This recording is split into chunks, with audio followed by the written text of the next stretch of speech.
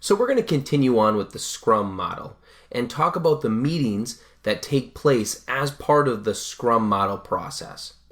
The first meeting that always happens is the sprint planning meeting. And this is where the product team gets together and the project team gets together and they're committing to items in that sprint backlog. So they're taking a look at that product backlog and they're saying, okay, knowing our length of the sprint, knowing the dependencies of the different items on the product backlog, understanding their priority, what items can we complete in this sprint? And it's very important that they get this right. And really, the longer the project team works together, project over project, you try to keep the same team together, the more accurate they'll become on what they can complete in those different sprints. Once they've committed to that and they're working through, they also have a daily Scrum meeting. So this is a daily 15-minute meeting. Generally, it's called a stand-up meeting. And that really means that you're not sitting around a table. You're getting together in a room and you're collaborating. You don't want it to go over 15 minutes, otherwise you're wasting time. And what you do is you go one by one around all the different individuals as part of the project team, and you talk about what did you complete yesterday, what's on your plan to complete today, and what roadblocks or issues are you running into. And that way, you're basically understanding what every single person is working on, and that Scrum Master is getting a good feel as to, okay, are we moving forward? If they hear that people are working on things that are maybe away from what they're expecting, they can call that out and talk about it and collaborate with it. As well as if there's roadblocks or issues that's being ran into, that Scrum Master is in charge of making sure that those roadblocks are removed and the team is able to continue forward without running into any major snags as part of the project. Another meeting that happens is this is kind of, so we started with the sprint planning meeting that happens at the beginning of the sprint. Your daily Scrum, that's obviously happening every day, so that's a repeatable thing for depending on how many days your sprint is. Once that sprint is done, you do a sprint review. So you're demonstrating that product. You're getting feedback from the business, from users, from the product owner. And so you have something tangible, you're showing, you maybe even letting them click around with it and play with it a little bit. You're getting some good feedback. And then you have what you call the sprint retrospective. And this is where you're inspecting that sprint that just got done. And you're saying, okay, what went well? What didn't go well?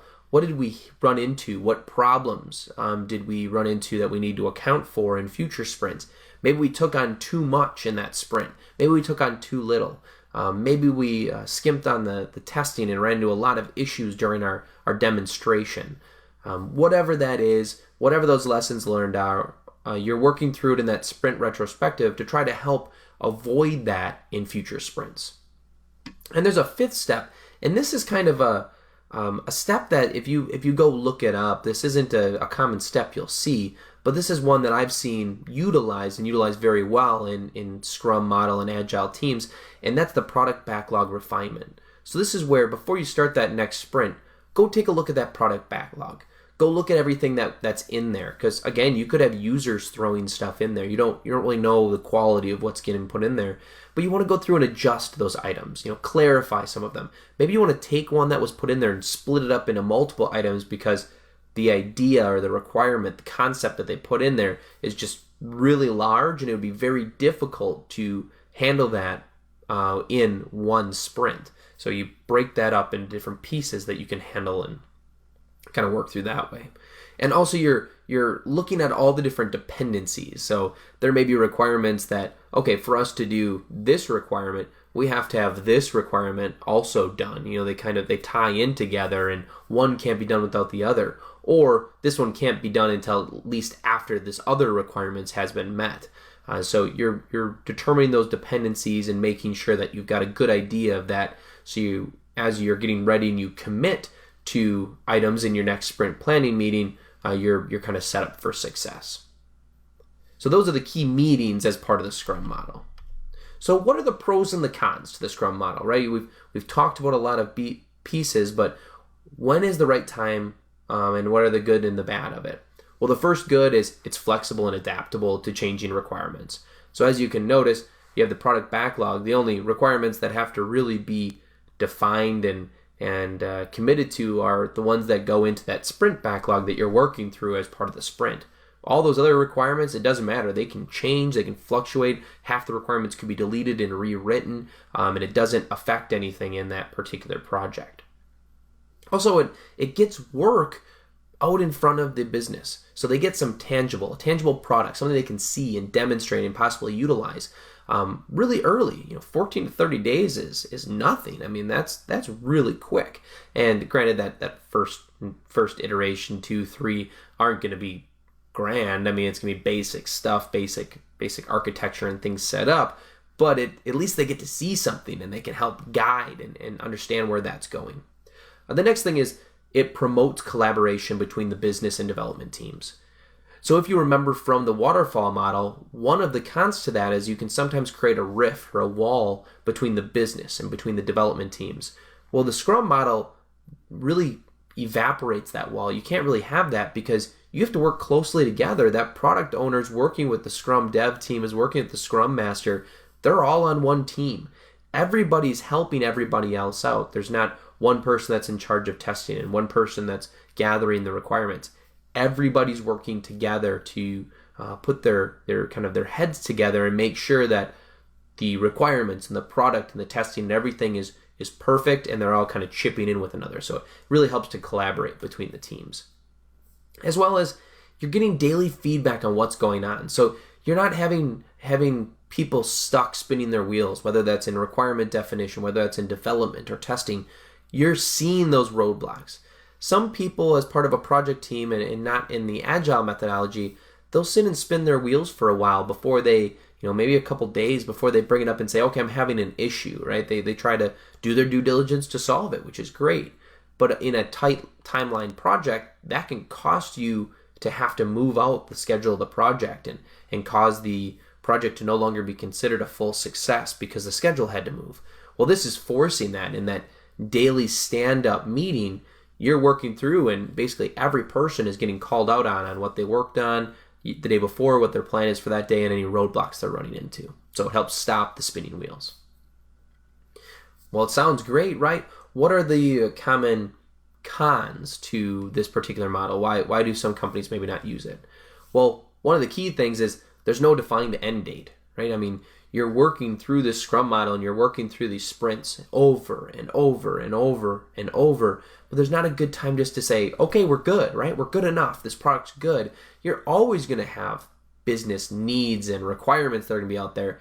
They're just going to have a less and less and less impact and return on investment. So it's hard to really define when that final end date is and to stop the scope creep from happening in the scope of the project continually blowing up and ballooning. As well as it relies on the commitment of all team members. So since you're working together and you're having daily meetings and you're working through that, these team members need to be pretty committed to this particular project. Most of the time, that project team is only working on that particular product.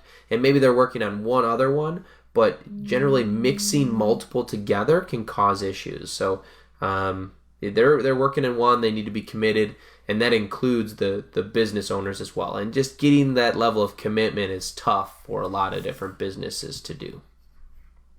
The next thing is it's challenging to adopt and train all the people in Scrum.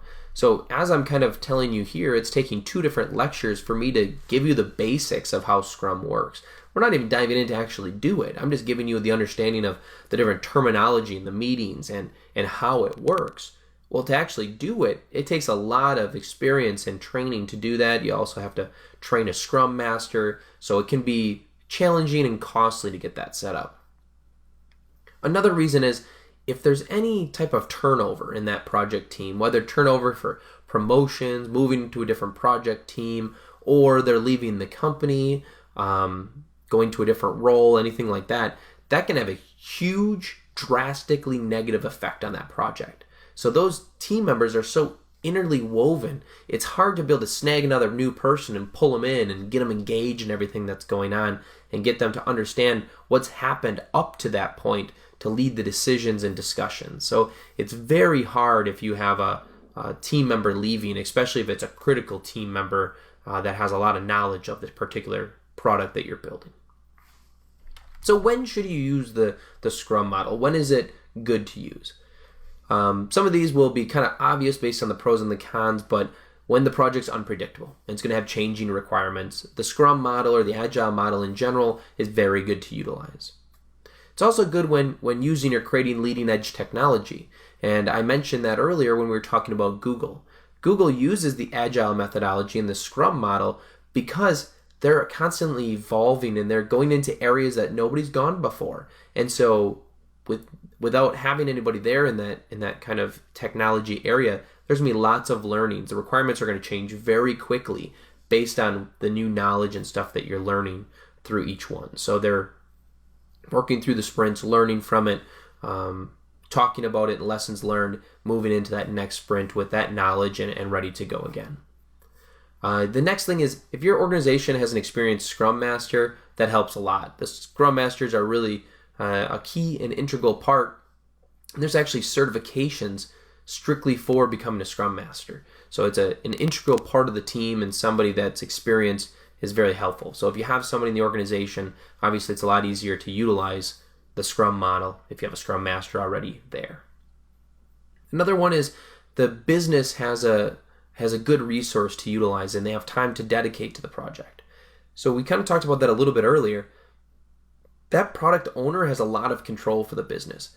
If they're misrepresenting the business needs, if they're not able to dedicate enough time, that project is going to likely fail because the sprints aren't going to be driven very well. They're going to be pulling requirements out of the product backlog into the sprint backlog, and they may not be prioritized correctly. The requirements could be wrong, and they're not going to meet the business need. So it's important to have a good business user that's going to be engaged and dedicated, or at least nearly dedicated to the product. The next thing is, you can use this when you have pressure to quickly get something tangible. You know, if there is urgent need to have something tangible and something working out there, this is a great model for it. Once you get that project set up, in that first 14 to 30 days, you're going to have something at least demoable to show them kind of where you're going with it. So it's nice to be able to kind of work through that quickly.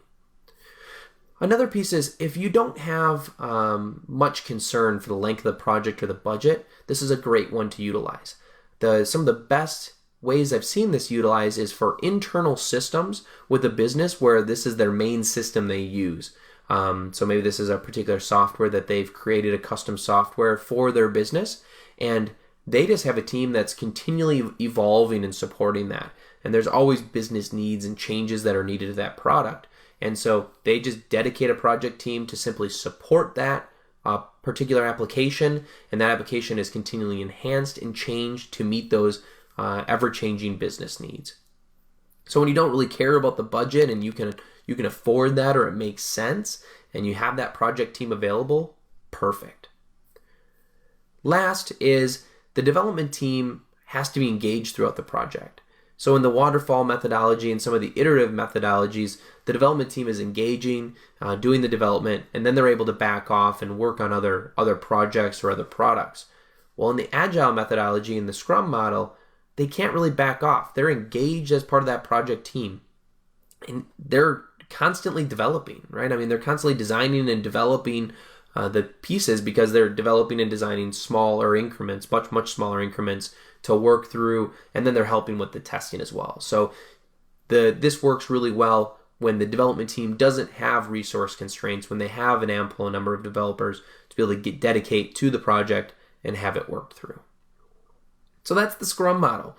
I hope that makes a little bit of sense. Again, we've only touched the surface of Agile and the Scrum model, but this will give you the basics that you need to work through an interview or to start at a company as a business analyst within the Agile world.